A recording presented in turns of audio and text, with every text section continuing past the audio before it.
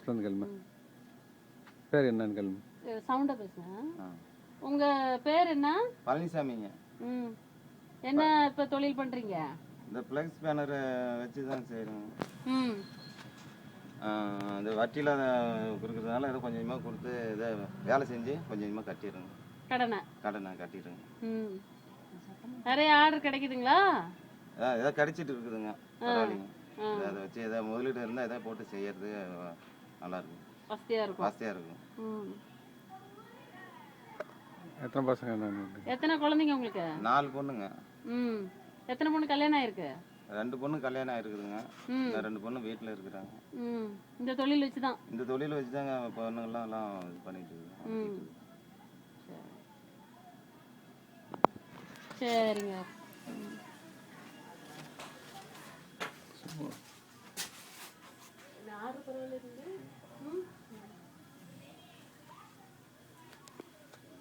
ஆத்தூருக்கு போகணும், ஒசூருக்கு போகணும், நாமக்கல்